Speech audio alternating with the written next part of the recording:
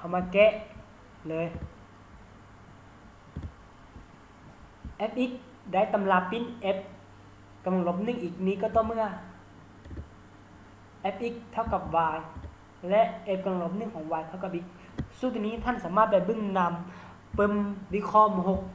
6สามารถไปทวนขึ้นอยู่ในนั้นมาเบิ่งบนเลขของเราก็คือเขาอยู่ให้สหา a แม่นเท่าใดเขามาเบิ่งอันสูตรของเราก็คืออันตำราบปิ้น fx เท่ากับ y f กำลังลบ1 y เท่ากับ x มันจะมีการผูกพันกันก็คือ y y x x ถ้าท่านต้องการหา y ก็คือเอาค่าของ x ของตำราปิ้นนี้มาใส่ค่าของ y ท่านจะได้ถ้ามาใส่ค่าของตำราบปิ้นนี้ท่านจะได้ y ถ้าท่านอยากได้ค่าของ x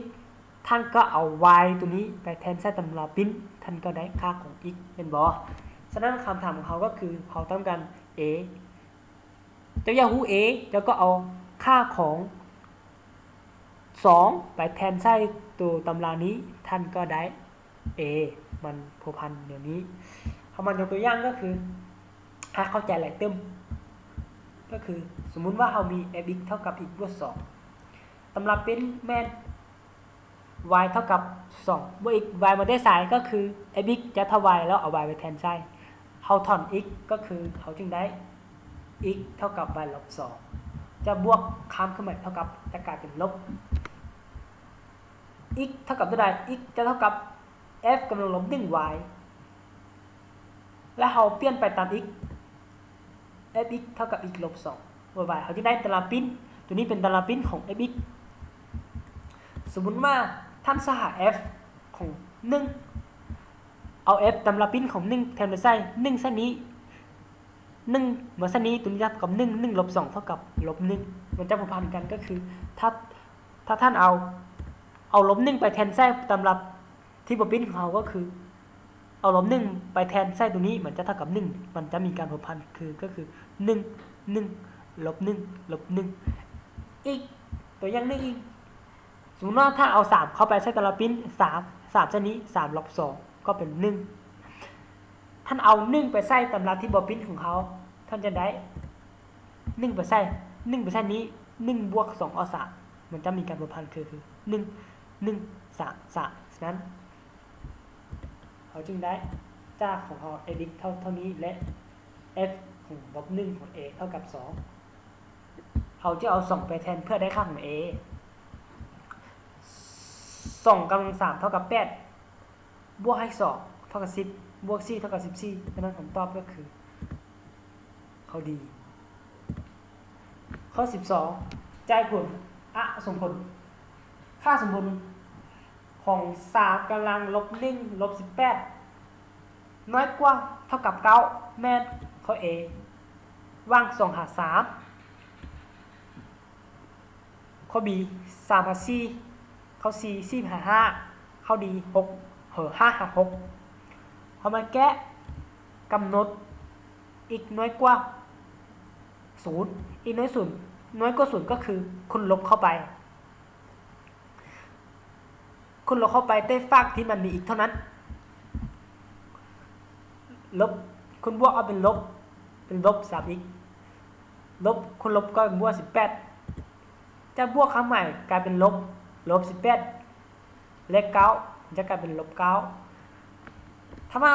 ทางหน้าของอีกนี้มันมีลบเขาจะเก็บไว้ได้ดังนั้นเขาจึงคนลบเข้าไปทางฝั่งก็คือคนลบคราวนี้มันจะเกิดลบคนลบเป็นบวกลบคนลบเป็นบวกแต่ว่าชื่อไว้เลยถ้ามันเป็นสมผลสมผลอย่างนี้นะท่านชื่อไว้เลยถ้าว่าท่านคนลบเข้าไปจ้างง่ายเหมือนจะกลายเป็นน้อยจ้างน้อยเหมือนจะกลายเป็นง่ายก็คือจ้ามัน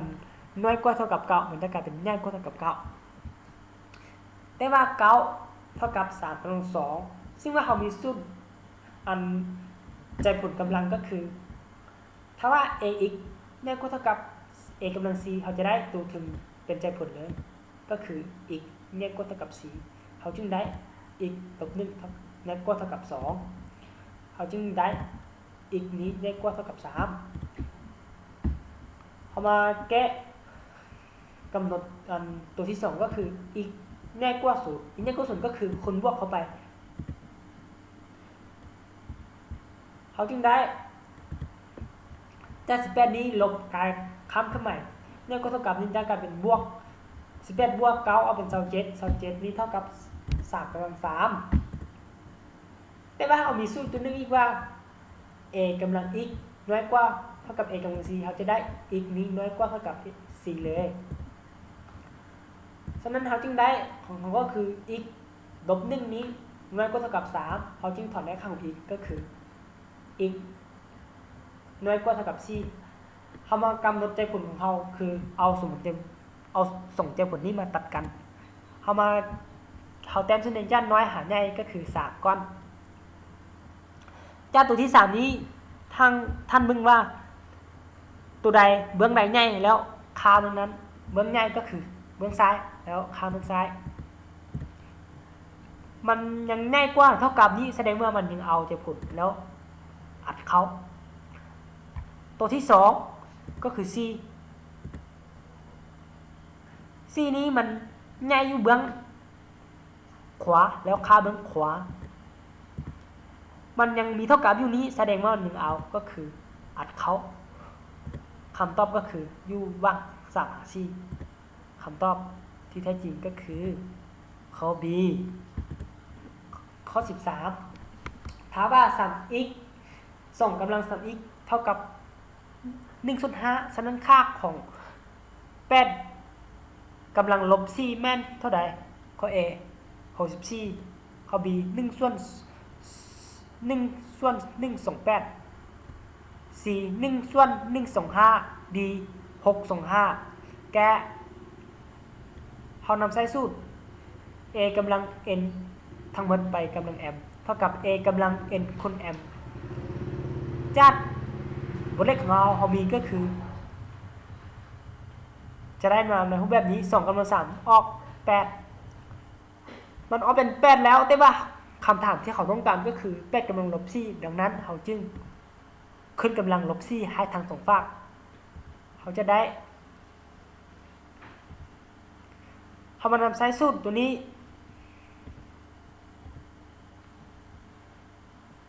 x c กับ x และ c นี้มันจะเข้ากับสูตรนี้ก็คือ x เป็นคนลบ4แล้ว8กำลังลบ4 x มันจะเข้ากับสูตรมันจะเข้ากับคำถามที่เขาต้องการหาแล้วแต่ว่าตัวนี้เขาจะนำใช้สูตรตัวนี้มาแก้ก็คือ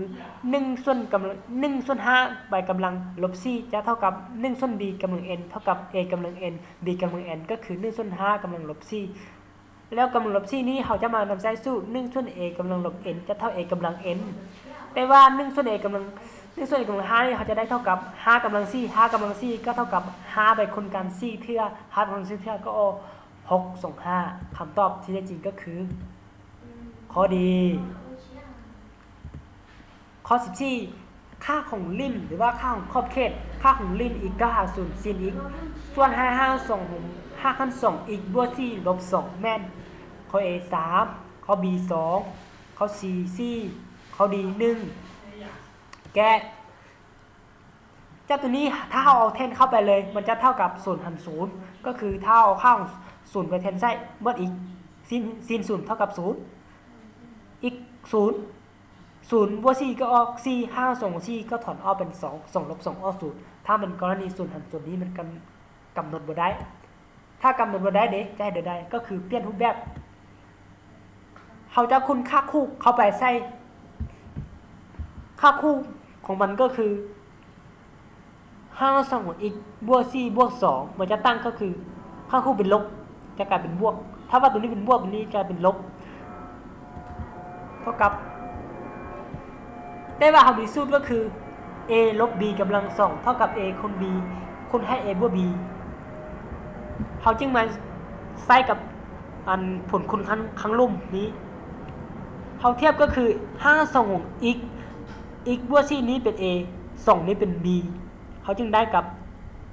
a กำลัง2ลบ b กำลัง2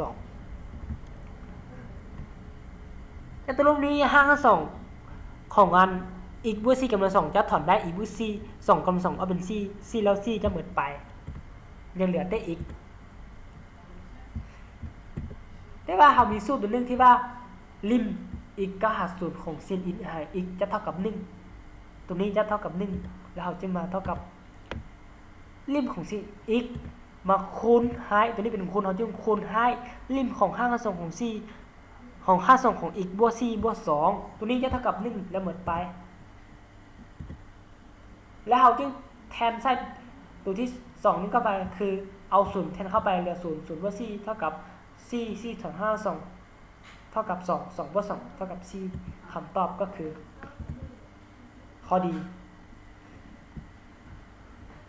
มาเท่านี้บทเรียนของเขาก็